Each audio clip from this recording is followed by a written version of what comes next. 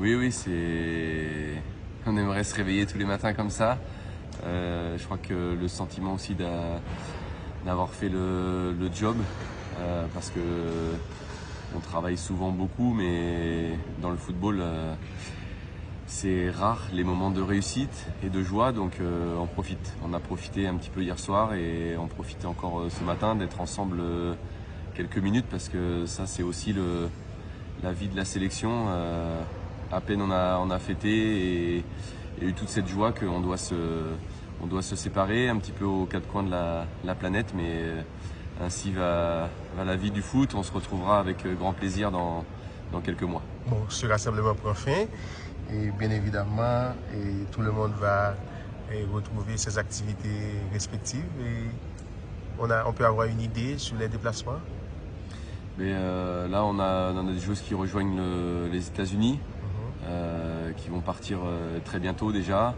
Ensuite, on aura un gros groupe qui rejoindra l'Europe et puis un dernier groupe qui partira en fin de journée vers Haïti.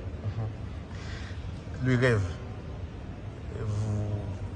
est-ce que vous finissez de rêver là? Les rêves prend fin et on est dans la réalité? Non, non, non, je pense qu'on va rêver encore un petit peu de temps. On peut nous le laisser et puis on va se l'autoriser, parce que. C'est un doux rêve. Oui, voilà, et puis on va se laisser porter. On a jusqu'à la Coupe du Monde. Je pense qu'on rêvera encore un petit peu dans notre tête. On rêvera aussi les yeux ouverts pendant cette compétition, même si on va la préparer forcément d'une façon très professionnelle. Mais oui, le rêve est en marche et on va en profiter le plus longtemps possible. Les adversaires d'Haïti sont connus, c'est l'Angleterre, le Danemark et la République populaire de Chine, des grands noms du football féminin. Oui, c'est ça. Je crois que c'était, quand on dit que c'est un rêve de jouer la Coupe du Monde, c'est ce qu'on a envie, de jouer les plus grandes nations du monde. On sera là. Je pense qu'il manque peut-être les États-Unis, qu'on a déjà joué en qualif de CONCACAF. Après, on a l'Angleterre qui sera un de ses favoris de la Coupe du Monde, champion d'Europe en titre, qui va venir pour le titre, pour être champion du monde. On a aussi la Chine qui est toujours un outsider, qui a remporté la zone Asie il y a quelques mois. Donc c'est une des grandes nations du foot, forcément. Et puis le Danemark, qui est une nation historique du football féminin, qui est toujours présente dans les grandes compétitions, qui a de grandes joueuses aussi en Europe. Donc c'est vraiment un groupe très très très costaud.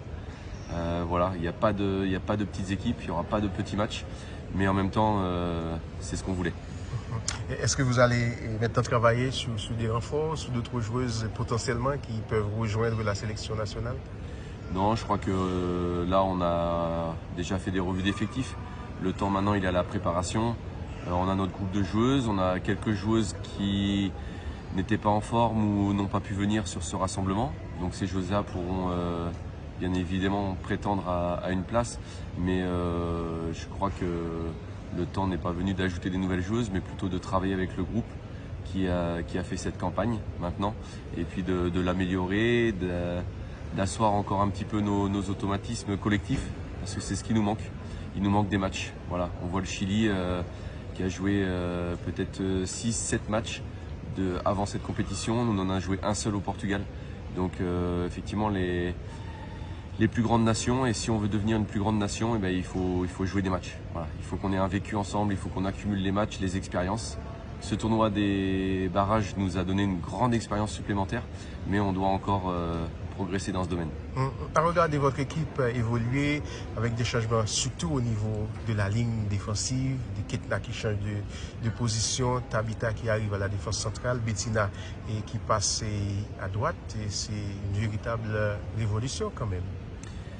Oui, de l'extérieur, ça peut paraître une révolution. De l'intérieur, pas trop, puisque on a beaucoup discuté avec les joueuses après le stage du mois de novembre, avec elles aussi dès l'arrivée à ce stage.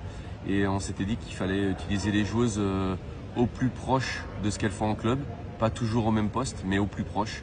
Voilà, on n'a que Ketna qui est utilisée sur un poste offensif dans son club, mais qui a tellement rendu service pour l'équipe et pour le pays à ce poste de défenseur que voilà, c'était un deal aussi avec elle de se sacrifier pour son pays et pour l'équipe. Après, Tabitha et Bettina sont sur ces postes en club ou tout proche de ces postes, donc c'était le choix qu'on avait fait. Merci beaucoup, coach, et bon voyage, bon retour à vos activités en France. Oui, merci. Ben, on a déjà la tête un petit peu au mondial, donc voilà, vous pouvez être sûr que, peut-être pas dès demain parce qu'on va se laisser un petit peu de temps, mais dès la semaine prochaine, on sera déjà un petit peu la tête au mondial. Merci beaucoup.